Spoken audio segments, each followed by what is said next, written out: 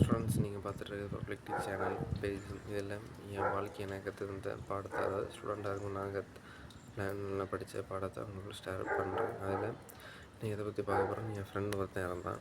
So நான் படிக்கும்போது அவன் என்ன மியூசிக்கல் இன்ஸ்ட்ருமெண்ட்டை இது பண்ணுவான்.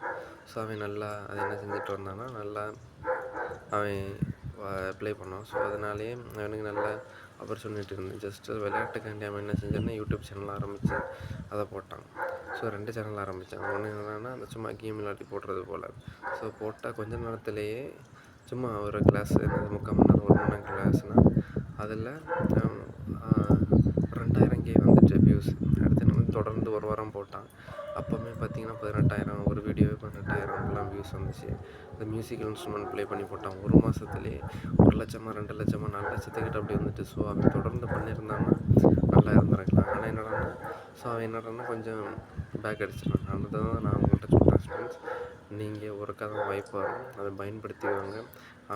இவன் சொன்னான் கிண்டல் அடித்தான்னு இது பார்க்காதீங்க.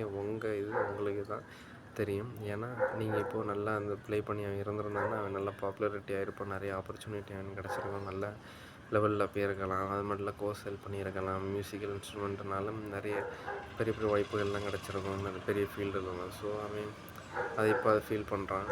ஸோ அதை நீங்கள் பார்த்துக்கோங்க students. Thank you. Have a nice day.